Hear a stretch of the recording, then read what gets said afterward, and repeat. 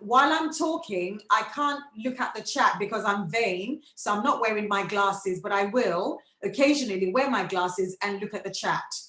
So you might want to know who I am. My name is Elizabeth, and I run Elizabeth's Cake Emporium.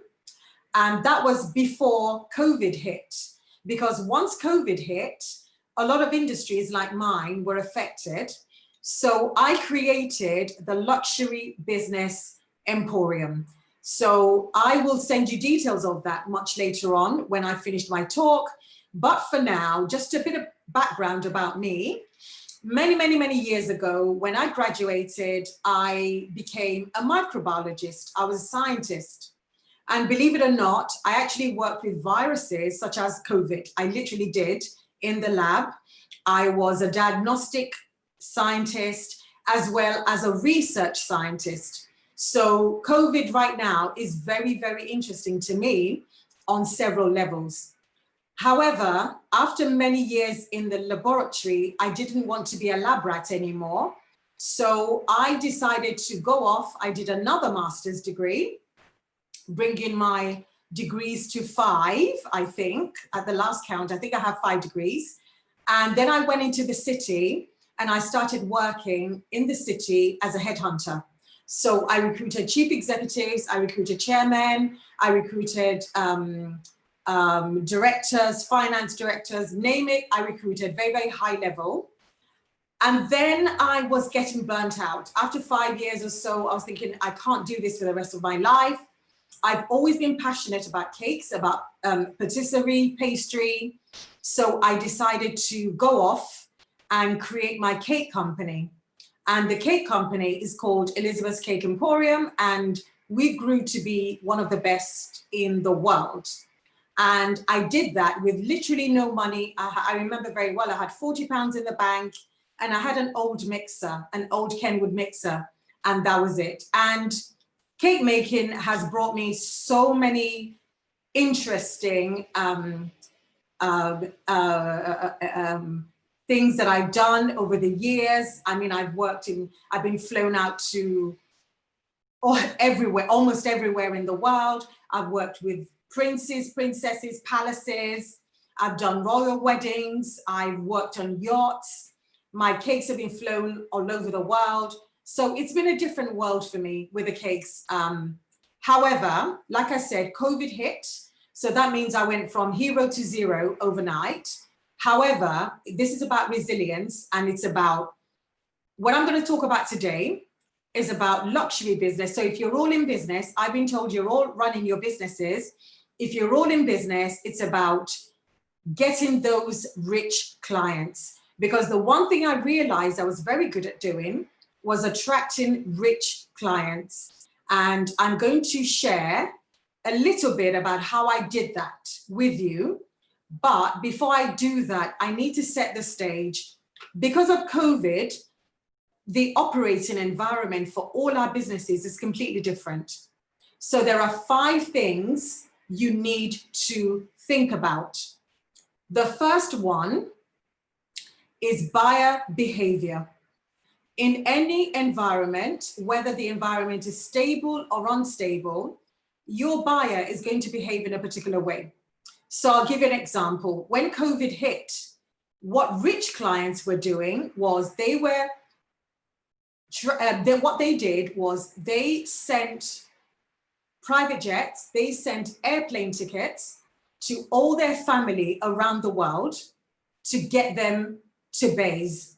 So I had a couple of clients who were probably, one was based in London, one was based abroad, and he gathered all his children, all their wives, all the grandchildren, and because he wanted them near him.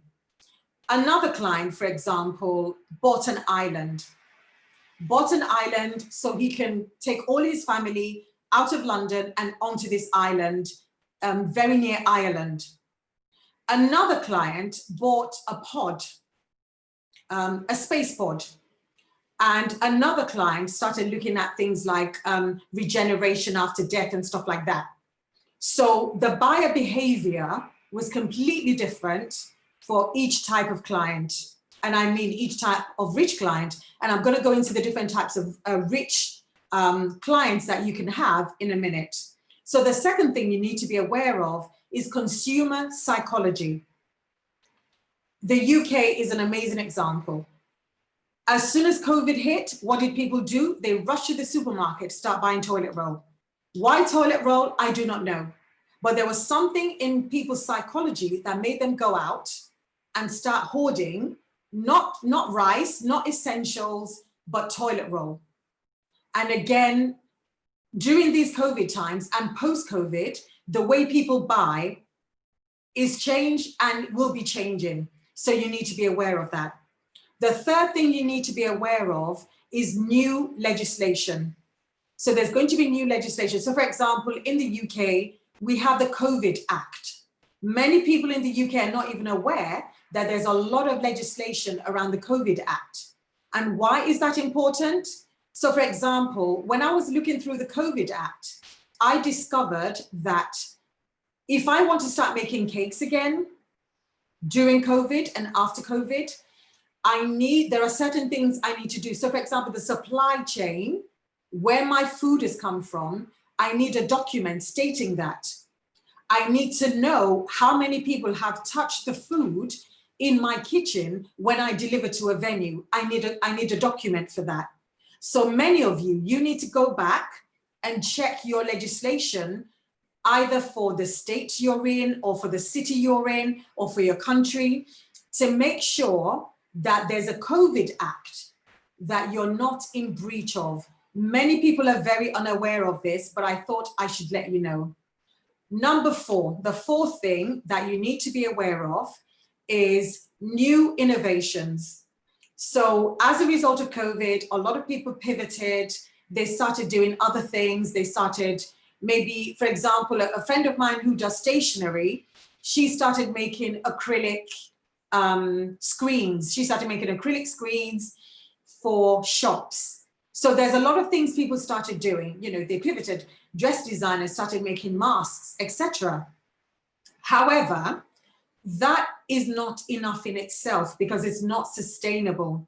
So we need to start looking at, okay, what are the new innovations out there? What are the new ways, for example, even things like cleaning. So I work a lot with hotels and venues, and a lot of hotels are now buying robots for cleaning. They're buying aerosol machines, UV light, the kind of hardcore cleaning that you would find at a crime scene.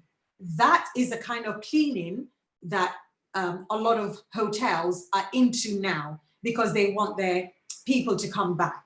So new ways of working, new innovation. And then the last thing, number 5, is impact on business.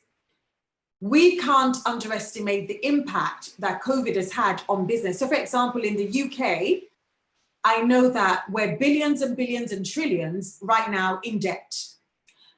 On top of that, we've got Brexit, you know, on top of everything else. So the effect of that and the impact of that is going to affect the way people buy from us. And the next few years might be rocky. Having said that, when you check the stock market for certain stocks, the share prices are actually going up. And for certain stocks, they're going down. So a good example is Jeff Bezos has probably tripled his wealth during COVID. Some other people tripled their wealth. Some of my clients, their wealth went up during COVID. So again, it's about impact. It's not affecting everyone equally, but the impact for some people is more positive than negative. And what I see is that the luxury side of things, except for maybe fashion and retail, a lot of the luxury side of things, the consumer is actually spending more. In the UK, we call it revenge spending. Because we've been cooped up for so long, I was just saying to Sarah that we've just come out of a second lockdown. As soon as we come out of a second lockdown, spending goes up. People just want to go out and buy and buy and buy. So that is a type of buyer behavior, consumer psychology, all rolled into one that I was talking about. So moving on, I'm now going to talk about the second part of, and which is the main part of what I really wanted to talk to you about this evening.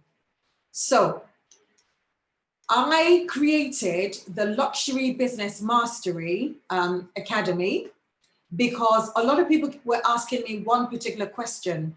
How do I attract rich clients? How do I get people to pay what I'm worth? How do I get these people? And then I realized that there's not a lot out there about the different types of luxury clients. A lot of people think, okay, I want to attract rich people. I need to know where to find them. But you can only find rich clients once you know who they are and once you know the different types. So I'm going to just dive straight into it and start with client type number one. So this is the rich client type number one. The first type is what I call the aspirational client. So I call them aspirational. With the aspirationals, they usually have somebody that they look up to. So the aspirationals, they tend to be, and I'm just generalizing here, it's not set in stone, but they tend to be between the early 20s to maybe early 40s. They aspire to a certain lifestyle. They want to look, they want people to think that they are rich. And this type of client I found when I was doing weddings, I found that they don't exactly have the budget. However, they're willing to compromise on some areas to afford certain visual things. So for them, a lot of the things is visual. How it's going to look on Instagram, how it's going to look to the rest of the world. The aspirationals are very much, they have a hero or a shero. So they might have somebody like, I don't know, Kim Kardashian, for example, could be a potential hero. So I found that for clients like that, they need to psychologically hear things like, oh, this is the kind of cake that Kim Kardashian had for her wedding, or this is the kind of cake Kim Kardashian would have had if she had married XYZ. So when you talk to clients like that, your language needs to be aspirational. It needs to be comparative. So you need to say, oh my God, it's just exactly like what XYZ did, is exactly like blah, blah, blah. Or another favorite of mine, I would say something like, people would think you paid £1 million for that dress. Oh my goodness, your shoes belong in Hello magazine. Oh, you look amazing. You look like you just stepped off a catwalk. So those are the kinds of words that people like that need to hear. In the aspirational group is where you would also find the biggest diversity. So you would find, and again, I segment them according to culture. So a lot of the cultural weddings, because London is much like a melting pot. So you've got the Russians, the Middle Easterns, the Chinese, Japanese, the Nigerians, name it, you've got. But the aspirationals of all across those cultures, they all have one thing in common. They want people to think that they are richer than what they really are. So that is it for now for the aspirationals. We can come back and revisit, but that is a key point. The second set of luxury client is what I call the innovators. So the innovators are clients of mine, and I noticed that they had this thing in common. So a lot of them either worked in the Silicon Valley, in technology, music, sometimes in fashion, and occasionally in retail. And they truly are the few clients that want something completely different. So imagine if Elon Musk got married, what would his wedding be like? Would he do something in space, for example? Would he do something with his Teslas? because what they do it's more than, they are what they do, if that makes sense. So their very core, the very essence of them is what they do. So they put what they do into all their family celebrations and occasions, etc. They always find a way to include what they do in their family occasions. So I'll give you an example. I did some work for, he was a cinematographer, and you know, he was very much into his films. He filmed a lot, and he didn't want something conventional. Many of them don't want something conventional. He wanted something completely different. And somebody said to him, look, you know, why go around the world looking for something different when you've got something, when we can create something different in your backyard? And this person lived in the middle of nowhere. It was like a very arid, you know, bare. It didn't really look amazing. However, the planner came up with this amazing idea. Lots of templates were created, and it was one of the most amazing weddings I have ever seen. It was literally, they built this stained glass building in the middle of a ruin. I had never seen anything like it. And instead of flowers, because everyone has flowers at their weddings, there were no flowers at the weddings, just at this particular wedding, no flowers, just greenery. It was greenery. I have never seen plants like that in my life. And they probably got some from Kew Gardens and stuff like that. So my point is, the innovators, they want something completely different. A lot of them probably started doing YouTube channels. They probably started doing Facebook, you know, doing things to Facebook, but they're now grown up, and I've realized they're now at an age where they're now moving into a different phase of life.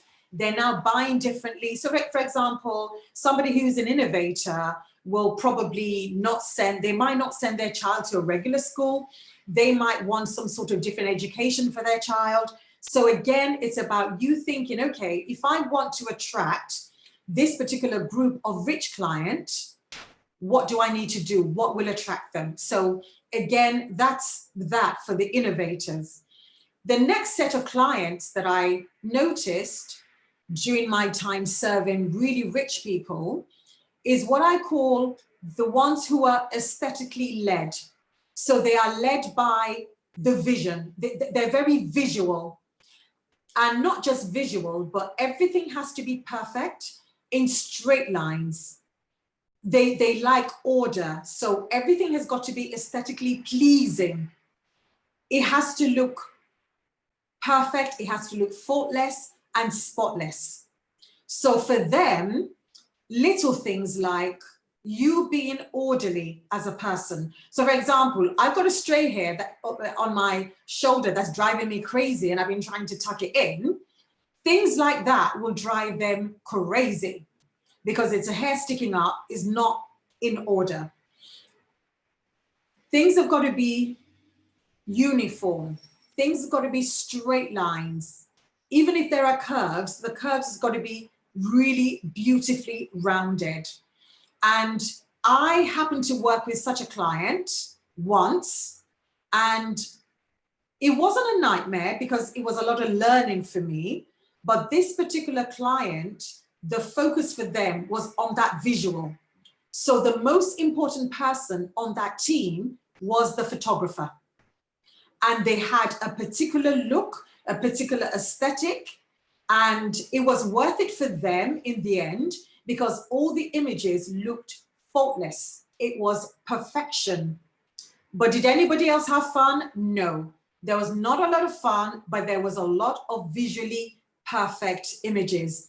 So your rich client that likes beautiful aesthetics, if you want to sell, say, I don't know, a handbag to them, you need to talk about the perfect stitching, and you need to use the word perfect a lot.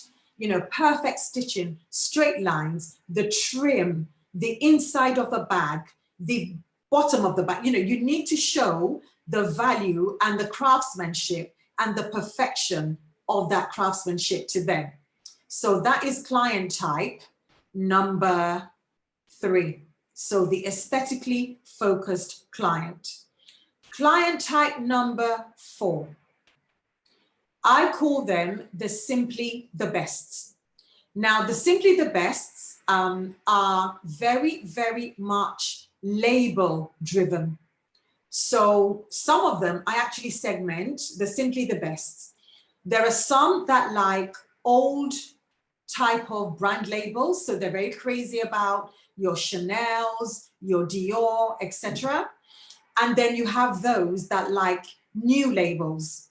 So they follow people, for example, like Barman, because Barman is young, he's trendy, etc. So you're simply the best. They thrive on labels. To sell to them, you need to position yourself as the best in the industry. You need to let them know that your materials, your resources, your time is simply the best. Also, they are very much driven by besting their friends. So I've noticed that for a lot of my clients, if somebody's daughter got married and had maybe 10 carriages, they won 25 carriages. If somebody's daughter got married in, I don't know, the Dorchester, they want to, they might want to use Claridge's, for example, or they might want to use the Savoy. So with people like that, it's about not just keeping up with the Joneses, it's outdoing the Joneses. So with them, I would use language like, oh my goodness, your daughter's wedding is going to be the best that London has ever seen. Your daughter's wedding is going to be wedding of the year. Your daughter's wedding is going to be, I don't know, is going to be splashed all over the front pages. And one thing I noticed about these clients is they might say to you, oh, you know, we want to keep everything private. We don't want anyone else to know what we're doing. We're not allowing cameras, etc., etc. And they're not. And the reason they're not allowing cameras is not because they want privacy, but it's because they don't want details to be leaked out before the event actually takes place. Because what do you think is going to happen? They will probably sell those images to a magazine. They will probably sell it to Vogue or Tatler or Hello magazine themselves, because they want everyone to know that they went over and beyond for this particular celebration. Or they might want everyone to know that, yes, that Hermes bag that I bought, it cost me 100 grand and there's only one like it. And the leather was specially made for me, or the leather was specially dyed for me. So that is their language and that's how they speak. And to engage with people like that is very, very easy, because from the first meeting, they will drop names, they will name drop designer labels, they will name drop where they eat, what they do, and all you have to do is literally match that and you're in. And they would also probably ask 1 or 2 people about you, and as long as you pass the challenge of, is she the best? And as long as they, oh my God, she's the best and she's very expensive, then they'll come straight to you. Category number 5, which is the last category. And this category is my favorite, my personal favorite. And I call them safety first. So this particular category, they're the 1% of the 1%. And they are very, very, very safety conscious. A lot of them are probably old money, what I call old money. A lot of them are probably royalty. And first meeting, you probably will not know, because they're very low key, very down to earth, but a few things will give them away. A few things often give them away. So they might have a bodyguard, for example. If you know what bodyguards look like, you know where to look. You know, once you work with them a few times, you know where to look. They're usually very, very polite, very down to earth. However, they are the most value conscious, because they've been surrounded by people that they don't particularly trust all their life. They are the most value conscious and value driven. So before they meet with you, they have checked you out. They probably know your date of birth, social security number, they know all that about you, because they need to put their family safety first. And I say that, you know, really truly, because some of them, they face threats of being kidnapped, their children might be kidnapped, you know, they face all sorts of threats from maybe their governments or whatever. So they need to be absolutely cautious about who they let into their circle. And people like that would also have a layer of security between you and them. So people like that you can find via certain concierges. So there are certain concierges in the world that deal with people like that. A number of times I've made cakes for events. I've never met the client. I don't know what they look like. I don't care to know what they look like, because sometimes I feel that the less I know, the safer it is for me and for them. Also, they would have what I call the gatekeepers. And these gatekeepers run their lives. These gatekeepers, they know everything about that family. So this is not just a matter of money, it's a matter of integrity for them as well. So they need to know that the gatekeepers need to know that, okay, I'm letting you as a supplier, as a vendor into this private enclosure. Are you discreet enough to keep your mouth shut? Are you discreet enough without an NDA? And that's another thing. They will have you sign non-disclosure agreements. However, a lot of royalty, they don't, because it's expected that you're not going to go running off to the press telling them about you did this and you did that. You don't do that. As I said earlier on, the aspirationals and the simply the best, they love press. So if you run and go to and tell the press, they don't mind. But this particular, the last group, the safety first, the safety conscious group, they are very, very particular about their privacy. So they will have you sign non-disclosure agreements. They will have you, for example, there was a wedding I did quite a few years ago in a different country. And when we got to a particular location, we all had to turn our mobiles off. So that, you know, there'll be no satellite detecting where you are or whatever. We had to turn it off. And that's a true story. And safety conscious people will also have you do events for them in the middle of nowhere. So you could be flown to a yacht to make, I don't know, cook some food, make a cake or whatever on a yacht in the middle of nowhere. So to get to the yacht, you might have to take a helicopter and a speedboat. And trust me, cakes and speedboats, they don't mix. So what I'm trying to say is that for this particular group, how do you get to them? You get to them via the gatemen, the concierges. You get to them via, there's some wealth management companies that manage the wealth of these people. And these wealth management companies also have an arm that looks after their events. So that is often a really, really good way. And another good old fashioned way to get, you know, to attract these sorts of clients is, believe it or not, via reporters, because there are reporters that specialize in just reporting on the wealthy. So, and they are a mine of information. Just look at what they've written. And if you look at some of the reports, if you Google, if you look at Instagram, even some WhatsApp groups, you will be shocked at how many people you can actually find on social media that you can follow, that you can begin to engage with. And I say to people, when you want to engage with the rich or the affluent, don't sell to them. So I'm not going to go up to them and say, hi, my name's Elizabeth. I make the most amazing cakes. Buy my cakes, buy my cakes, buy my cakes. No, you do not do that. It's like showing people everything you are on the first date. You need to woo them. It's a slow build. You need to follow what they do. you need to find a way that your comments on their social media resonates with them.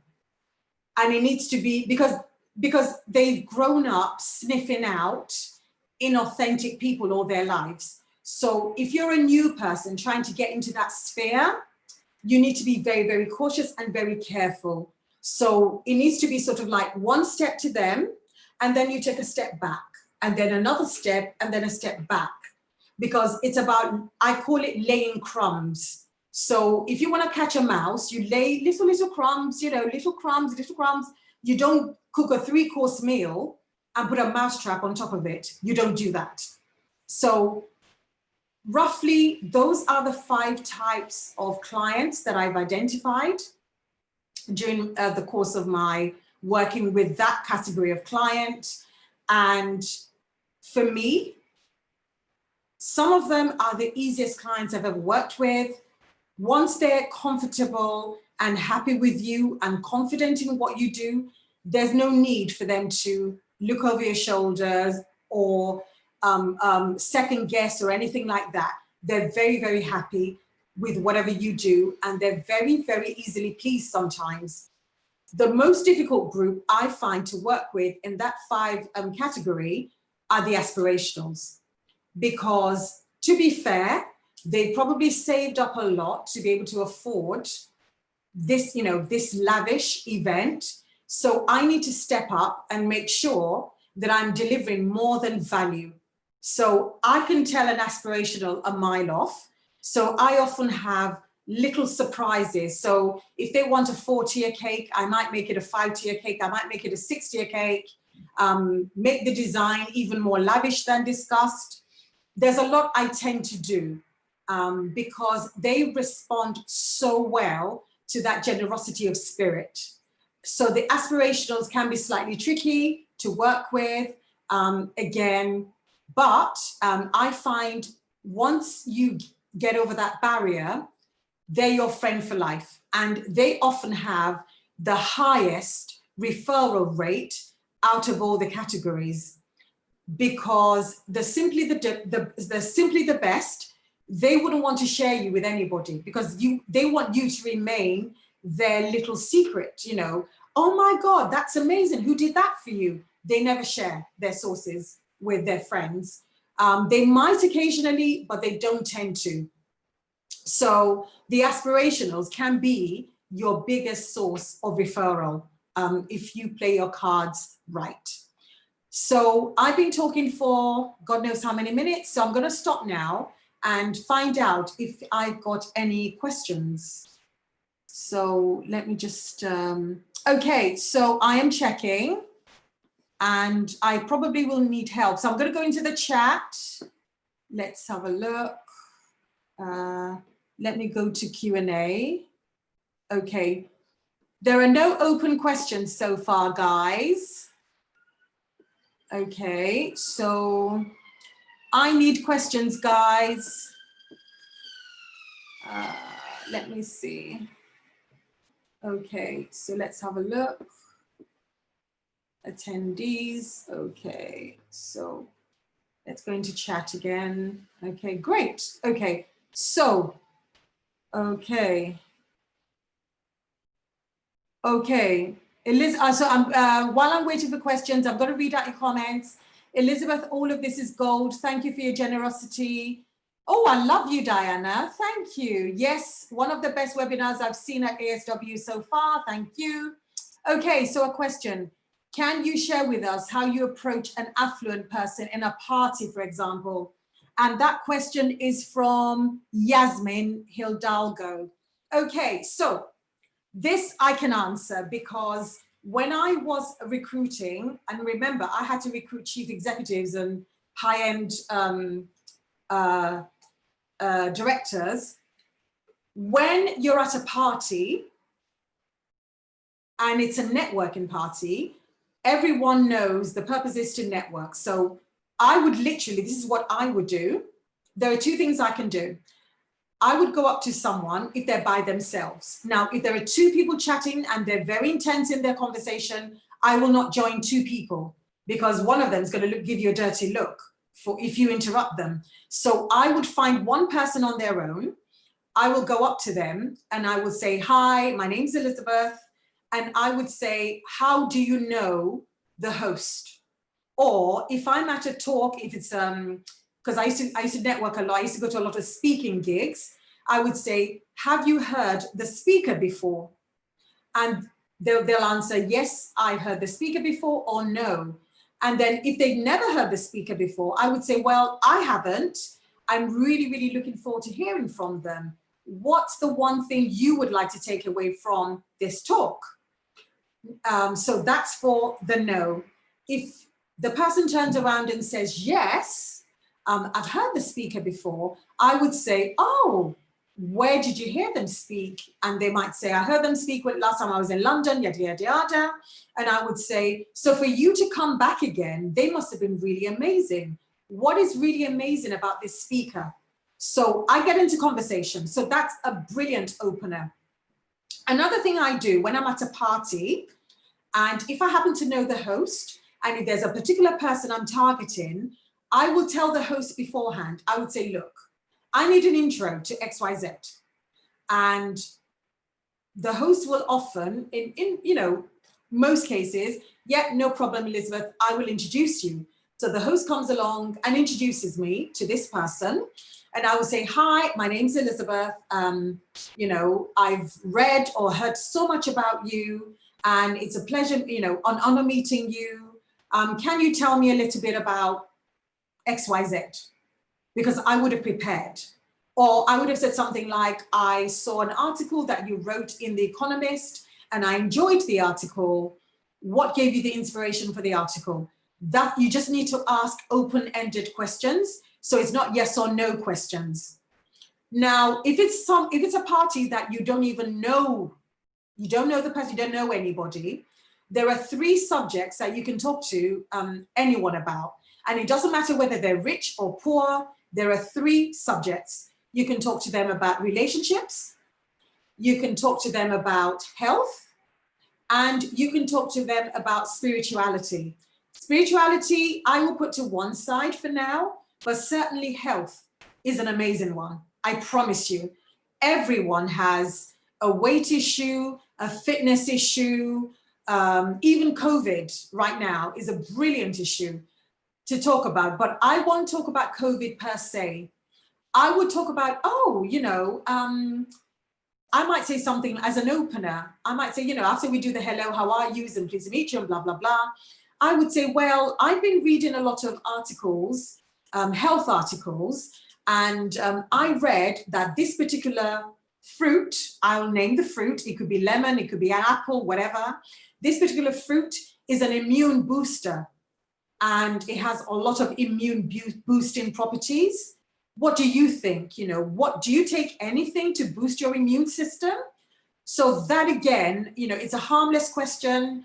If that person is into their health, it allows them the opportunity to talk to you about health things and stuff like that. If they don't want to talk about it, you will soon know. And then you can change the subject to something else. So I hope that helps. So let me go on to another question, which is, let's have a look. Okay, so, plenty of questions. Okay, so the second question is, what avenues would you use for outbound marketing and how to target these audiences you've identified? So that's a lot of big words for me, but I think what you're trying to say is, how do I send the right emails to the right people, or how do I target them? Believe it or not, good old-fashioned Facebook.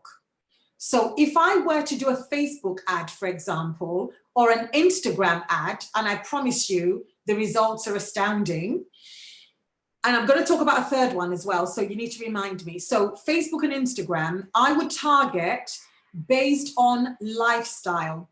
So I would say to Facebook, for example, I only want to target people who earn over £1 million, for example. I want to target someone who's female. And I want to target someone who is a certain age and lives in a certain postcode. So That's what I would do on Facebook and Instagram. However, if you haven't got any money, as in you're completely utterly broke, like I was, let me tell you a little secret that I did. I went to my local minicab office, because in the UK we have minicabs. I went to my local minicab office and I said to them, and I swear to God, this is a true story. I said to them, do you leaflet? And they went, yes, we do. And I said, okay, what days do you put leaflets into letterboxes in very, very rich areas? Because I live in an area, my area is okay. I don't live in a rich area, but about a mile down the road, half a mile down the road from me is a really rich neighborhood. And I didn't want to walk up and down during winter, putting leaflets in boxes. And I thought, if I ask my cab office, so I did these amazing cards. I mean, they were not leaflets, they were like beautiful, beautiful cards. I did them, it didn't cost me very much. And I gave these cards to my cab office and I said, when next you go to a posh area, leaflet for me. And they did. And I think I only paid the equivalent of about 20 euros. And they did about, even if they only did 2 streets for 20 euros, that's nothing. So I would suggest, if you haven't got any money, leafletting works. Another thing I tried, and it worked compared to, to my investment. There are our local newsagent does paper round. The children, they do paper rounds. So I got some, again, these beautiful cards. I put them within the glossy magazines, and they were delivered to every household, and that worked for me. So I would use a combination of online and offline tactics to target these people. And you don't necessarily have to live in the area. You can literally go to another borough, another area, speak to your local newsagent, and if they're up for it, why not? You've got nothing to lose. So I hope that answers that question. Okay, so third question. Please share your logic stroke thoughts on pricing your products and services for the luxury market. Fantastic. So this is a very, very good question. And in terms of pricing, I price high. I don't even think twice about it. I price high.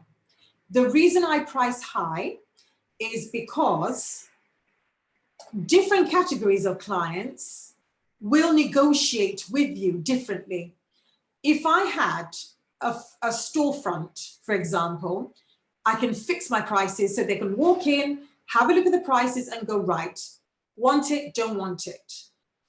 For a lot of people, for a lot of rich clients in this, affluent clients, luxury clients, some of them, it's not about the price. It's more about the value. So look at it this way. If they walked into a retail store, I don't know, like Gucci or Chanel or Dolce & Gabbana, and the shop assistants or the sales executives, they know that they can sniff a rich client out at 1,000 paces. Out comes the champagne, out comes the red carpet treatment, etc., etc., etc. We can't do that online, but there are other things we can do online. If we can't give them champagne and stuff like that, there are other things you can do online. And one of the things you can do online is give them an amazing, amazing, amazing marketing experience. So back to the question of the guy who asked about, outbound marketing, blah, blah, blah, blah, blah. What I do, I personalize. I don't even just personalize the emails. I individualize them. So I don't do a blanket MailChimp, send out to 1,000 people. I do that with some clients, but my extra special clients, I don't do that at all. So I'll give you an example. During the certain celebrations and certain holidays, I don't do a blanket, oh, Merry Christmas to all our clients far and wide. I do that on my Instagram. But on a personal level, I would probably get there are so many amazing online cards, electronic cards. So for my innovative clients, I actually got someone to create for me this amazing card that's interactive, and you have to keep moving from levels to levels to levels to get hold of the cake. So I created something like that for my innovator clients. For my traditional clients, I created something a bit more traditional. So do you see where I'm going with this? So it's about, once you've identified the segment that you want to go after, you need to know the psychography, how they buy, where they buy. You need to do your ideal client avatar, ideal luxury client profile, and you give that person a name. And then you say, right, if the person is Elizabeth, lives in London, likes talking about luxury clients, okay, I want to target Elizabeth. What does she like? She likes cake. She likes food. Okay, if she likes cake and she likes food, what can I send her that will engage her from the very first sentence? So that is how you do email marketing for clients like that. Okay, next question. Affluent person at a party, we've done that. Outbound marketing. Okay, so limited options. Okay, so somebody asked a question about attracting such clients during COVID because there are limited opportunities to network.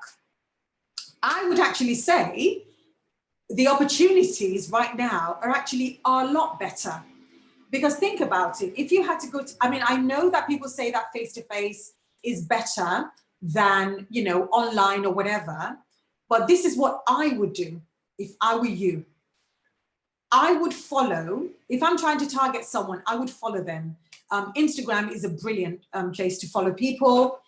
However, this is what's happening. When COVID hit, I'm still active on Instagram, don't get me wrong. I went to Twitter. And I tell you why, because a lot of people rush to Instagram, and I had to compete with 500 comments. I had to compete with about, I don't know, thousands of comments. My comment is going to get lost. But not many people are on Twitter. And it worked. And I can prove it worked because there was a particular influencer that I was targeting. I was targeting this particular person. He's based in Sweden. He's amazing. I love him. And then I realized that his Instagram was like no-go area for me. So I switched to Twitter because there's not a lot of engagement on Twitter. So you might need to seek out the person, look at their different platforms, and the one with the least engagement is the one you go to, because guess what? As soon as you leave a comment on that Twitter page, it would pop up on the phone. And it's like, oh, my Twitter's active. Why is my Twitter active? He would leave 1,000 comments on Instagram to come and comment on Twitter. I promise you, it works. Another platform, because somebody asked, and I can link both of them together, because somebody asked a question about attracting people, with outbound emails and stuff like that. Another platform you might want to look at, especially if you're young and beautiful, is TikTok. TikTok engagement is crazy right now. I would be on it if I knew how to use it. So I'm trying to get my niece to teach me how to use it. But unfortunately, because of COVID, I've not seen my niece for 6 months. However, if you can get onto TikTok and just start talking about your products. TikTok, the algorithm, the engagement, it is crazy. And they are trying to attract people right now, because I predict in a year or two, TikTok might overtake Instagram, because Instagram right now, they brought out Reels to compete with TikTok, but no. So I would say, try TikTok. I've been able to contact a couple of people that would otherwise not have spoken to me on Instagram via their TikTok, because they want to build up their numbers. So that is another way to engage. Another way to engage, and it's a very, very obvious one, is, and this is what I do. When I want to attend a seminar like this one, for example, just before, like half a day or a couple of hours before the speakers are due to go on, I will contact the speakers and I would wish them good luck. And I would, you know, just be there and I would say, are there any particular questions you want me to ask, blah, blah, blah. That is your way of standing out. I have used these techniques while I was a headhunter and it works like a charm. So I've given you a couple of things you can do, a couple of ways in which you can engage. And I'm going to stop now because I'm conscious of time. So I want to ask Sarah if we still have enough time left. Okay, we've got 7 minutes left, I believe. So let me have a look again. 3 new messages. Terrific presentation. Oh, guys, you're amazing. Okay, aha. So I will take one final one. Can you talk about different types of social media or posts that, okay, so with my glasses on, innovators, they definitely would love TikTok. Anything new, anything different, they would love. Also, innovators tend to like LinkedIn as well. Simply the best, it has to be Instagram for them, and maybe a little bit of Facebook. And some of them are now going on to TikTok. Safety first, respond to WhatsApp, because WhatsApp is encrypted. All the messages are encrypted. So what they respond a lot to WhatsApp. So if there are any WhatsApp groups you can join them. And also because they're a slightly more traditional, they are safety first are also on Instagram, but their profiles tend to be private. They're always set to private and they monitor and comment and everything. So what you need to do is request for them to add you. And when they add you as their follower on private on Instagram, I am begging you in the name of God, do not sell to them. Go in. This is what I do. It's a bit of reverse psychology. So I would look at their normal profile when they post. I don't comment openly on the public profile. I will comment on their stories. Does that make sense? So when they post a story, you know, because it's spontaneous, etc., I would say something really nice about the story. So if they post that maybe they're in Malibu or they're in Maui or whatever, I would say, oh my goodness, it looks amazing. You need to try restaurant XYZ. Now, I don't need to have been to Malibu. I could just look up Time Out or something. I would say, oh my God, you know, have you tried restaurant XYZ? And then I back out. You know, if they want to continue the conversation, they might, but I tend to be the one to try and break away first, because you need to appear like you're not stalking them, even if you are. So, and then the last bit of the question was, provide services for multi-6 and 7-figure women entrepreneurs. So female entrepreneurs will probably be, they probably will be in the category of, I don't know, they'll probably be either the innovators or maybe simply the best, because sometimes people, we can't fit them into boxes, but they might need a bit of both. So, because an entrepreneur, female, obviously breaking the mold, earning 6-7 figures, very busy life, etc., etc. So I would probably look at LinkedIn for business, and I would probably look at Instagram for the marketing side of things. So them, I would approach via their stories. That's what I would do. And I would consistently leave amazing comments on their stories. And that way you get better engagement than if you leave it on their public profile. So with that said, right, we've got 3 more minutes left, I think. Oh, thank you guys. Thank you, thank you, thank you. Right, let's have a look. Thank you so much. Amazing, great content, amazing, thank you. Can you share about your upcoming course? Yes, thank you, Nada. So I am doing a course. I'm going to be doing a course about, and we're going to be doing a deeper dive into these types of clients, the language that you should use to attract them, how to attract them, how to upsell, how to price, what your website should look like, practical things, the kind of things I wish were around when I started my business a few years ago. So I'll be doing that. And once my website is ready, my website is going to be called the Luxury Business Emporium. So LBE, luxurybusinessemporium.com. Once it's ready, I'll let Sarah know and she can let you guys know. And I might be running a luxury challenge to begin with. So I'll run a luxury challenge, and it'll be a free challenge over 5 days for you to level up, for you to get you all geared up and prepared for when I launch the course. So I will give Sarah all those details when it's ready. But right now on Facebook, I've got a very, very private group called Elizabeth's Business Emporium. So if you want, you can join, but it's a holding group. Every Thursday I go in, I share some insights, I share a few bits and pieces. So if you want to join, you know, more than happy. If you want to apply, it's Elizabeth's Business Emporium. So find it on Facebook, and I promise you, I will add you in. And I think that might be it from me. So it might be back to Sarah. Okay, lovely. Thank you, guys. Oh my God, you're the best. You've been giving me so many amazing compliments. I need to frame these. Thank you. Thank you, thank you, thank you, thank you, all of you, Stan, Lena, Ntabi, Chico, Dawn, Nada, Alexandra, Sahara.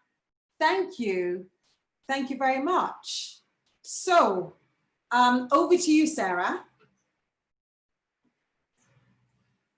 So let me look again. Let's see, Q&A.